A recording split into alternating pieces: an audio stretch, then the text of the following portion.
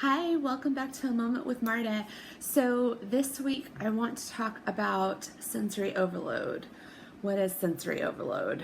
So obviously we all have our five senses: sight, sound, taste, touch, and smell. And sensory overload is exactly what it sounds like. So you have any of your senses, basically your brain is processing all kinds of information from your environment, wherever you're at, whether you're at home, you're in school or the workplace, in some other kind of public setting in the community. Your brain is constantly picking up signals and just processing everything that it's receiving. So for somebody with autism, their brain is processing information in a very different way, and it can put some of those senses on overload, and sometimes you don't even realize it until you're just completely overwhelmed by the sensation.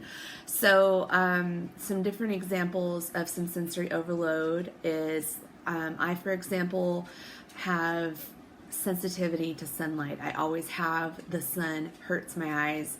I have to use sunglasses every time I go outside, even if it's overcast.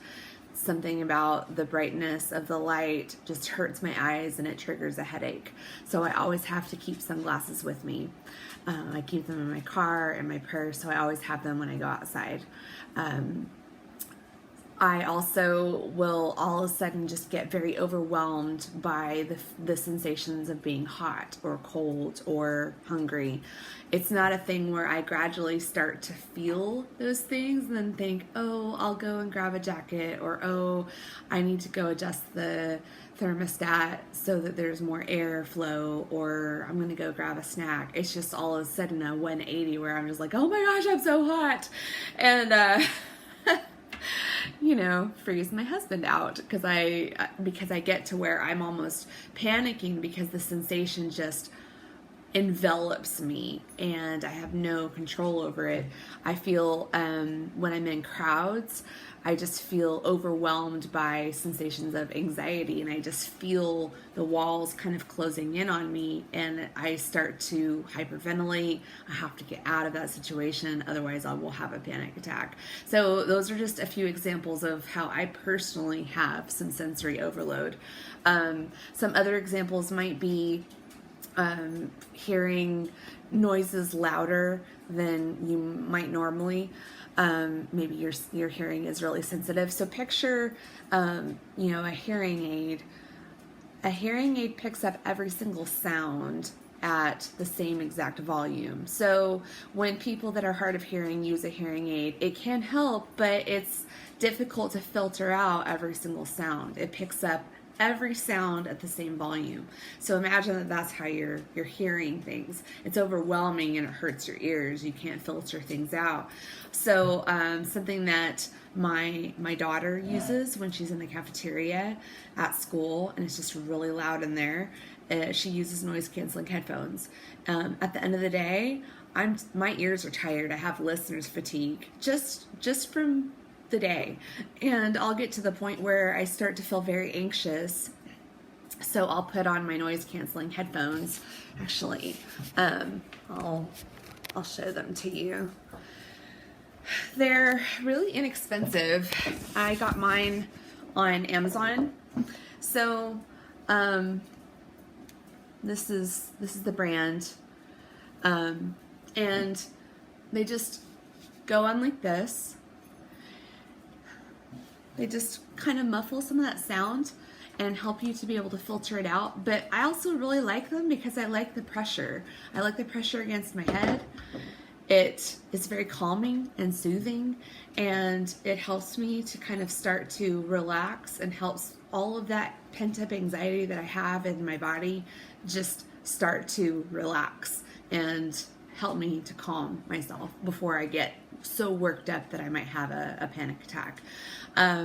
So that's an example for hearing, an example for sight. Some people are super sensitive to smells, and I mean, even to the point of they smell certain things and it just makes them gag. Or some people are super sensitive to things that they taste, whether it's the texture of the food or they just can't tolerate certain things. So there's a lot of people that are on the spectrum that have a small variety of foods that they can tolerate, that they can eat. And it's a myth for people in this situation that, oh, if they're hungry, they'll eat.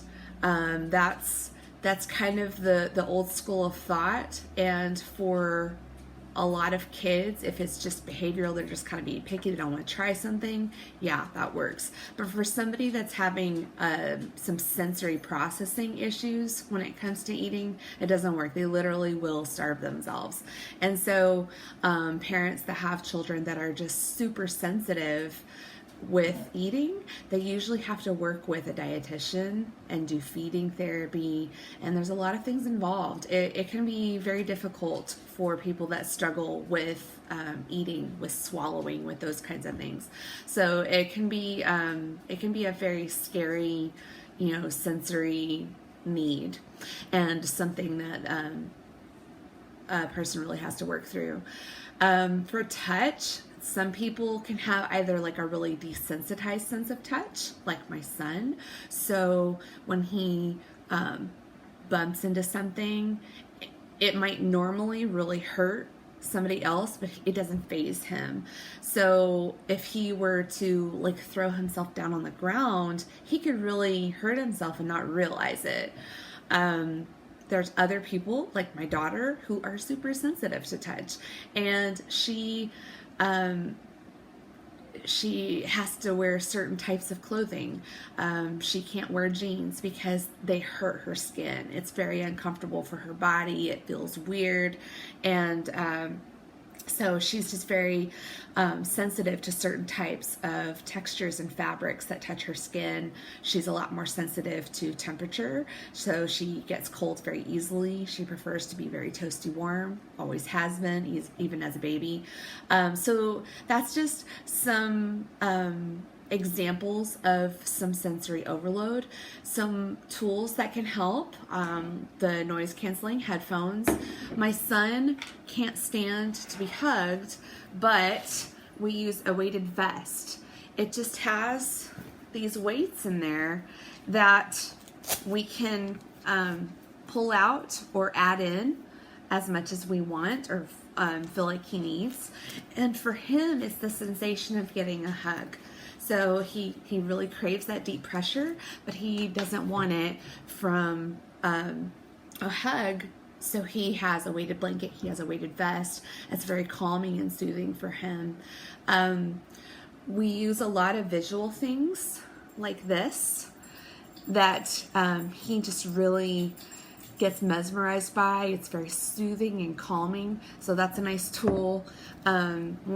The mermaid stuff is nice because it's just kind of a nice texture that's really fun. My son also likes really soft things, so he has blankets and stuffed animals that he'll just kind of rub and touch, but he also likes things that light up, so things with soothing lights that spin are a win, or that are just calming sensory lights. We have some of those too. Those are really good.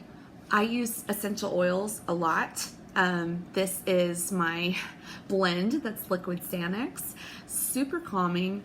I rub this on. I diffuse oils in a diffuser, and I always wear a diffuser bracelet or a necklace. So I rub some oil on, usually the liquid Xanax, when I'm going out, especially if I'm going to be in a situation where I know I'm going to experience some anxiety. Like driving to a place that I've never been before is very scary for me. I get a lot of anxiety about it. So I'll put that on my diffuser bracelet, and then just periodically throughout the drive, as I get to stop signs or to red lights, I'll just smell it, and it's just instantly calming. There's also, like the squishy things. That's really, really calming for me. But I also have this. If I just need something that I can grip a little bit tighter, that gives me the input that I need to kind of help calm my body. I also really like, when I was a kid, we called them worry rocks. They're just like really smooth. It's just something little that I can just kind of rub, just small, just rub in my hand, and it's very soothing and calming. So there's lots of tools out there. Some people, they have an oral fixation. They need to chew on something. I mean, people do that anyway. They'll chew on straws or whatever, but some kids or individuals need to chew on something regularly, and so they might have like a necklace where they can just kind of chew on it when they feel like they need to, and it's just a mechanism for self-soothing and calming. So that's literally what sensory overload is. It's not something that you have a conscious choice or decision in. It's something that your brain is just processing the information in your environment differently and just literally overloads that that sense or those senses. In some cases, it can be multiple senses at once. And that can be very scary. It leaves you with just knots in the pit of your stomach, feeling on the verge of panic attacks, or maybe you have a panic attack, you hyperventilate. And that's just, it's a sickening feeling. It's not fun.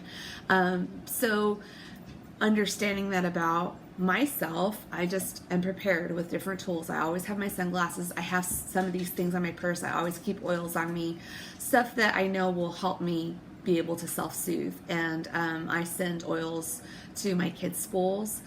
My son uses his vest at school. He sleeps with his blanket at night. We take certain fidget toys like this, not to fidget for focus necessarily, but as the kids get frustrated and they need to just have a break, then they can have that to just kind of self-soothe and calm their bodies and just have that mental break as they're preparing for whatever transition is next in their day. So that's what I have to say about sensory overload. I appreciate you guys tuning in, and until next time on A Moment with Marta. Bye.